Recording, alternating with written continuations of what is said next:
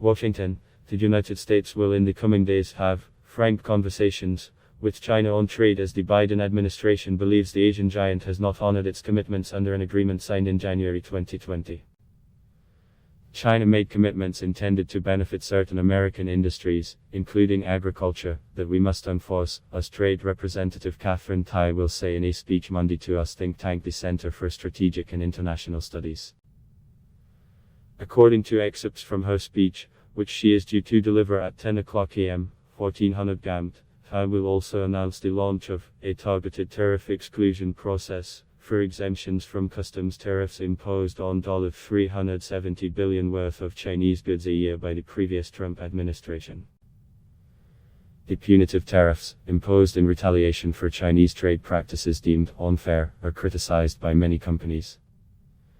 In early August, some of the most influential US business groups urged the Biden administration to reduce these surcharges, pointing out that US industries faced increased costs as the tariffs are paid by importers. A senior US official, speaking on condition of anonymity, said the tariffs will remain in place for the duration of the exemption procedure.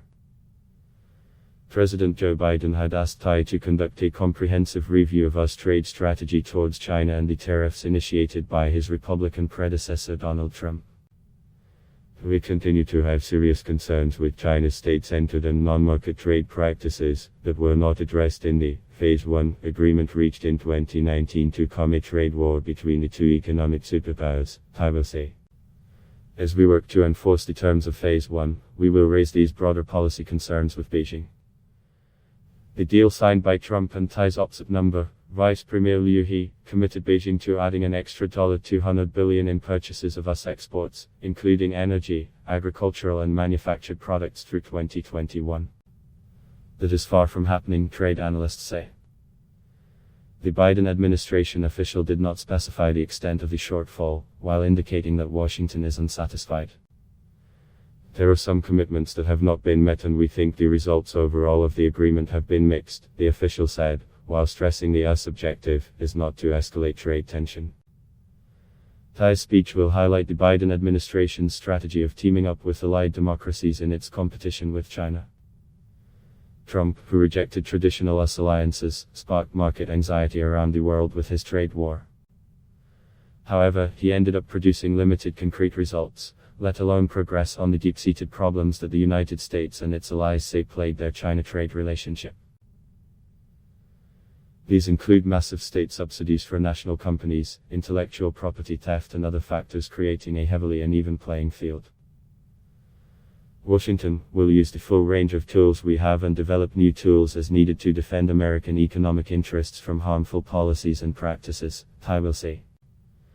The core of our strategy is a commitment to ensuring we work with our allies to create fair and open markets.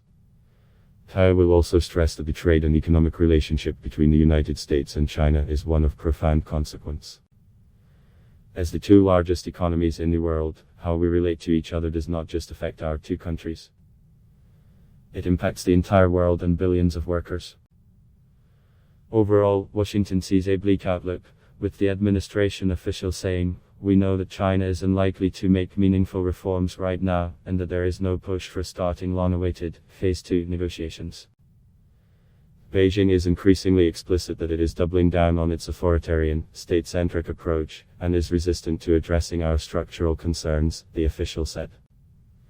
We recognize that China simply may not change and that we have to have a strategy that deals with China as it is, rather than as we might wish it be, the official said. Adblock test why.